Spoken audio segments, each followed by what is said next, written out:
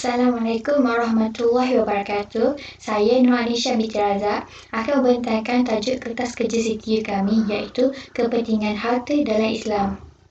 Seperti yang saya dapat nampak, kami terdiri daripada 4 orang pelajar, iaitu saya sendiri, Nur Anisha binti Razak, Nadia Syakira binti Burhanuddin, Nurul Nadirah binti Abdul Rahim, dan juga Azli Natasha binti Rosli.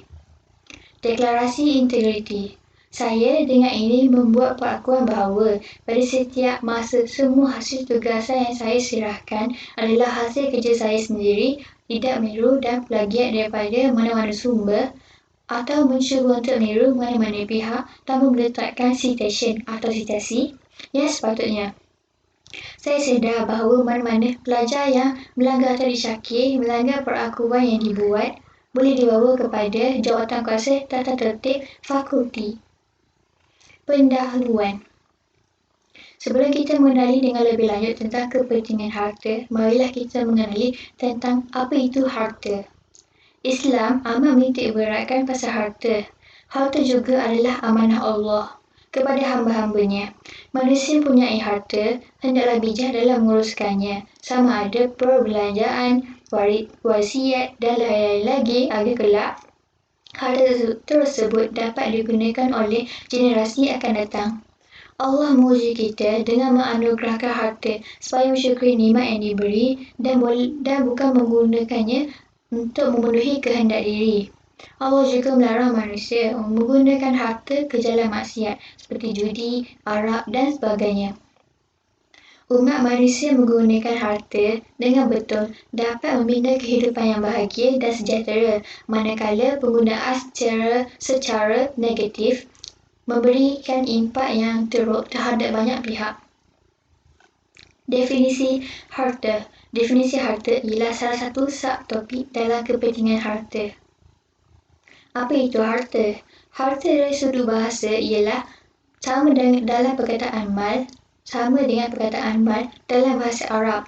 Harta juga bermaksud barang-barang berharga seperti rumah, tanah, bangunan, barang kemas dan lain-lain lagi yang dimiliki oleh orang perseorangan, syarikat atau pertubuhan. Menurut Kamus Al-Munjid, harta ialah sesuatu yang dimiliki dan dipakai oleh orang-orang Badui kepada binatang-binatang ternakan seperti kambing dan biri-biri. Dalam kitab Mujab Lurat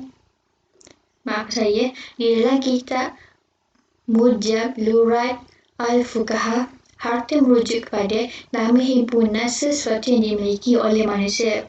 Asalnya ialah sesuatu yang menjadi cenderung kepadanya secara tabi'i dan ia boleh disimpan seperti duit dan juga apa-apa yang sebanding dan sebagainya.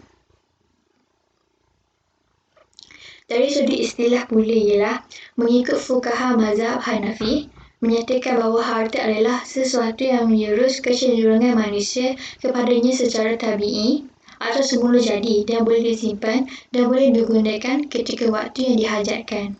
Berkenaan hak dan manfaat, golongan fuqaha mazhab Hanafi membataskan pengertian harta pada sesuatu atau benda-benda yang mempunyai fizikal dan jirim yang boleh dikesan oleh panca indera. Manfaat dan hak-hak adalah tidak dianggap harta menurut pandangan mereka kerana ia merupakan milik, bukannya harta. Konsep harta dari perspektif Islam. Pertama, harta kekayaan yang digunakan mengikut landasan syarak akan memberi keberkatan di dunia dan keselesaan di akhirat. Harta kekayaan merupakan amanah yang mesti diuruskan dengan sebaik mungkin dan mengikut ketentuan syarak. Pemilik hakiki harta dan kekayaan adalah Allah SWT. Yang kedua, harta yang diberikan kepada manusia adalah tidak sama antara satu dengan yang lain. Tujuannya adalah untuk menguji keimanan supaya lebih kuat berusaha. Mengakui inilah realiti kehidupan, manusia masing-masing saling memerlukan antara satu sama lain. Bantu-membantu dan tolong-menolong adalah kewajipan kita. Harta juga adalah milik Allah. Manusia tidak boleh memiliki harta secara mutlak. Manusia berperanan sebagai pemegang amanah. Mereka tidak boleh mengganggu hak milik orang lain. Jika diberi keizinan oleh yang berhak, mereka tidak boleh mengambil kesempatan dan dengan membelanjakan harta tersebut. Dan yang last sekali, harta adalah sebagai ujian daripada Allah kepada manusia dan mereka bertanggungjawab untuk menggunakan harta ke jalan Allah. Jenis-jenis harta dalam Islam. Harta mutakawam ialah harta bernilai. Manakala harta ghair mutakawam ialah harta tidak bernilai atau tidak digolong sebagai harta halal dan haram. Harta bernilai iaitu harta mutakawam ialah harta yang diiktiraf pemilikannya oleh syarak. Harta tidak bernilai ialah harta yang tidak diiktiraf pemilikannya oleh syarak. Harta misli pula ialah harta serupa dan harta kimi adalah harta seharga. Harta misli atau harta serupa ialah harga yang mudah untuk didapati seumpamanya di pasaran dan tidak ada sebarang perbezaan padanya yang boleh dikesan. Harta manqul pula ialah harta alih, iaitu sesuatu yang dipindahkan dari satu tempat ke tempat yang lain. Harta ghair manqul atau akar ialah harta yang mempunyai harga yang tetap dan tidak boleh dipindahkan ke tempat lain. Contoh harta manqul ialah buku dan wang. Manakala harta ghair manqul jika dialih ia akan merosakkan. Contohnya ialah bangunan dan tanah.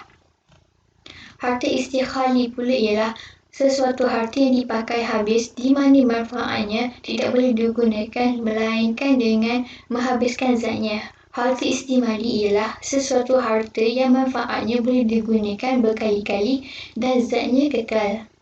Harta istimali boleh digunakan secara berkali-kali dan zatnya kekal selepas digunakan. Contoh harta istighali ialah makanan, minuman, kayu api, petrol dan sebagainya. Kesan pembahagian harta istighali ialah harta jenis ini boleh diterima jika tujuannya berakar untuk menghabiskan zatnya. Kepentingan harta dalam Islam.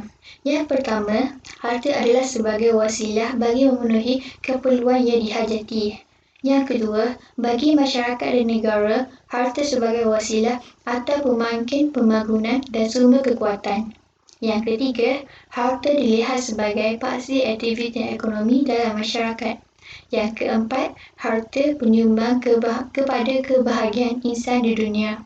Yang kelima, harta sumbangan kebahagiaan insan di akhirat.